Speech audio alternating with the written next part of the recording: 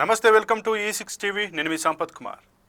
పహల్గామ్లో జరిగిన ఉగ్రదాడి తర్వాత దేశ ప్రజల ఆకాంక్షలకు అనుగుణంగా కేంద్రం పాకిస్తాన్పై ఆపరేషన్ సింధూర్ను చేపట్టింది. ఇందులో తొలుత ఉగ్రవాద శిబిరాలపైన, ఆ తర్వాత పాకిస్తాన్ సైనిక స్థావరాలు, ఎయిర్ బేస్లపైన మిస్సైళ్ల వర్షం కురిపించింది. ఈ దాడులకు ఉక్కిరిబిక్కిరైన పాకిస్తాన్ అమెరికా అధ్యక్షుడు డొనాల్డ్ ట్రంప్ను శరణు వేయడంతో కాల్పుల విరమణకు భారత్ అంగీకరించింది. ఈ మొత్తం ఎపిసోడ్పై ప్రధాని మోడీ సోమవారం జాతినుద్దేశించి ప్రసంగించారు.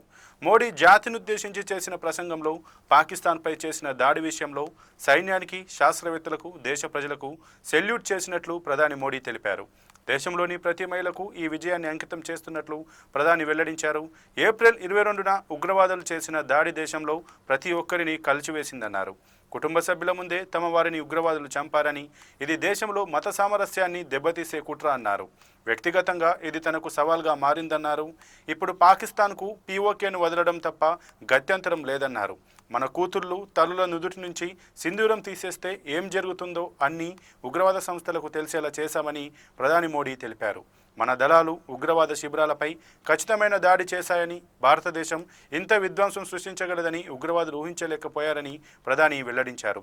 దేశం ఐక్యంగా ఉన్నప్పుడు మనం ఇంత కఠినమైన చర్యలు తీసుకోవాల్సిందే అన్నారు. ఉగ్రవాదులపై తాము చేపట్టిన ఆపరేషన్ సింధూర్ కేవలం పేరు మాత్రమే కాదని, ఇది కోట్లాది మంది సెంటిమెంట్తో కూడిన విషయం అన్నారు. ఆపరేషన్ సింధూర్ అనేది న్యాయం కోసం ఒక అవిచ్ఛిన్న ప్రతిజ్ఞ అని ప్రధాని మోడీ తెలిపారు. మే 6వ తేదీ అర్ధరాత్రి, మే 7వ తేదీ ఉదయం ఈ ప్రతిజ్ఞ ఫలితాలుగా మారడాన్ని ప్రపంచం మొత్తం చూసిందన్నారు. శత్రువులకు తగిన సమాధానం ఇచ్చినందుకు భారత సాయుధ దళాలను ప్రధాని మోదీ ప్రశంసించారు. వారి శౌర్యం మన దేశంలోని ప్రతి తల్లి, సోదరి, కుమార్తెకు అంకితమన్నారు. భారత క్షిపణులు, డ్రోన్లు పాకిస్తాన్ లోపల దాడి చేసినప్పుడు దాడికి గురైంది ఉగ్రవాద సంస్థలు మాత్రమే కాదని, వారి నైతికత కూడా దెబ్బతిందన్నారు. ఆపరేషన్ సింధూర్తో భారతదేశం 100 మందికి పైగా ఉగ్రవాదులను హతమార్చిందని ప్రధాని తెలిపారు. దీంతో పాకిస్తాన్ తీవ్ర షాక్లో ఉందన్నారు. తమ దాడితో పాకిస్తాన్ ఉలిక్కిపడిందని, భారతదేశంతో నిలబడటానికి బదులుగా ప్రతిదాడులు చేసిందన్నారు. పాకిస్తాన్ గురుద్వారాలు, పాఠశాలలు, పౌరుల ఇళ్లను, సైనిక స్థావరాలను లక్ష్యంగా చేసుకుందన్నారు. పాకిస్తాన్ తనను తాను పూర్తిగా బయటపెట్టుకుందని తెలిపారు. పాకిస్తాన్ సరిహద్దులో దాడి చేయడానికి సిద్ధంగా ఉందని, కానీ భారతదేశం నేరుగా పాకిస్తాన్ గుండెపై దాడి చేసిందని మోడీ స్పష్టం చేశారు.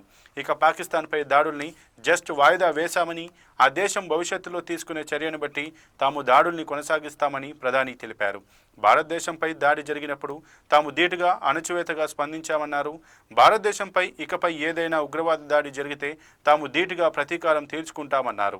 తాము ఎలాంటి అణుబెదిరింపుల్ని సహించబోమన్నారు. తమ నిబంధనల ప్రకారం చర్యలు తీసుకుంటామన్నారు. పాకిస్తాన్ సైన్యం, ప్రభుత్వం ఉగ్రవాదాన్ని పెంచి పోషిస్తున్నాయని, అది ఒకరోజు వారిని లోపలి నుండే నాశనం చేస్తుందని ప్రధాని మోడీ తెలిపారు.